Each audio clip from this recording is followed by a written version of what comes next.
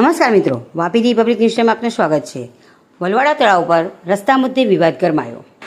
મિલિંદ પટેલનો ખુલાસો। તળાવની પાળ પર રસ્તો બનાવવા મુદ્દે વિવાદ। સ્થાનિક મિલિંદ પટેલની પ્રતિક્રિયા। બિલ્ડર સામે સ્થાનિકોની નારાજગી। તળાવ રસ્તા વિવાદ પર મિલિંદ પટેલે શું કહ્યું, જુઓ રિપોર્ટ। વલવાડા તળાવની પાળ પર રસ્તા મુદ્દે વિવાદ। મિલિંદ પટેલનો મોટો દાવો। 2024-25થી અટવાયેલો તળાવ રસ્તા પ્રોજેક્ટ। મિલિંદ પટેલ સાથે ખાસ વાતચીત।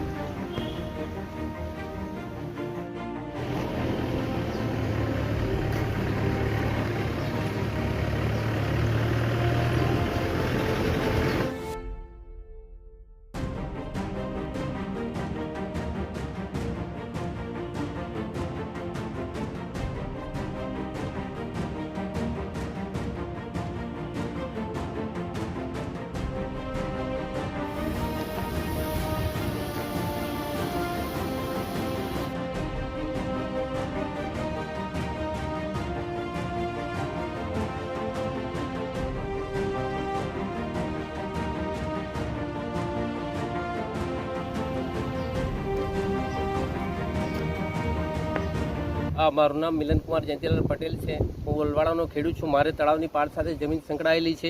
અહીંયા એક માથેભારે બિલ્ડર આવ્યો છે 2023થી।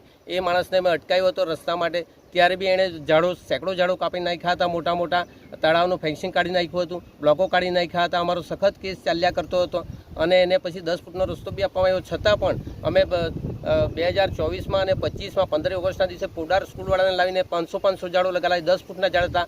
આ 2 દિવસમાં એ લોકો બધા ઝાડો કાઢી નાખ્યા છે। એ ઝાડો કાઢવામાં એનો એક માણસ છે કીર્તિભાઈ મોહનભાઈ પટેલ, એમની જેસીબી છે, એનાથી આ ઝાડો કાઢવામાં આવ્યા। અમારા નવું હમણાં પંચાયતે ફેન્સિંગ કર્યું હતું, તારખંડને એ બી તોડવામાં આવ્યું છે। આના ઉપર કડકમાં કડક પગલાં લેવામાં આવે હું સરપંચને જણાવું છું અને ઉપલા અધિકારીઓને બી જણાવું છું કે અમારું પર્યાવરણને નુકસાન કરે છે। 1000 ઝાડવા કાપી નાખ્યા છે। પહેલે બી સેંકડો ઝાડો મોટા એણે કાપી નાખ્યા હતા એ જ બિલ્ડરે, અને કામમાં ઝઘડા લગાવવાનું કામ કરે છે, તળાવને નાનું કરવાનું કામ કર્યું છે। અમે ખેડૂત લોકોએ હરગીઝ નહીં ચલાવી લેશું ને આવું જ થશે તો આગળ કંઈ બી થઈ એની જવાબદારી પ્રશાસનની રહેશે। આ જાણ અમે ગ્રામ પંચાયત બી જણાવી છે, સરપંચે બી જણાવ્યું છે। આના પર તાત્કાલિક પગલાં લેવું જોઈએ અને આ પગલાં નહીં લેવામાં આવશે તો અમે ખેડૂતો બી જેવું આ વર્તન કરે છે બિલ્ડર એવું અમે બી કરશું। એની જવાબદારી પ્રશાસનની રહેશે। એની જાણકારી અમે ફોરેસ્ટ ડિપાર્ટમેન્ટમાં અરજી આપશું, પોલીસ ડિપાર્ટમેન્ટમાં આપશું, કારણ કે આ તળાવનું ઝાડ છે, હજારો ઝાડ એણે કાપી નાખ્યા છે। અમે પોડાર સ્કૂલવાળાને લાવેલા, અમારી પાસે એના ફોટા છે। 10 ફૂટના ઝાડ થઈ ગયા હતા, એમાં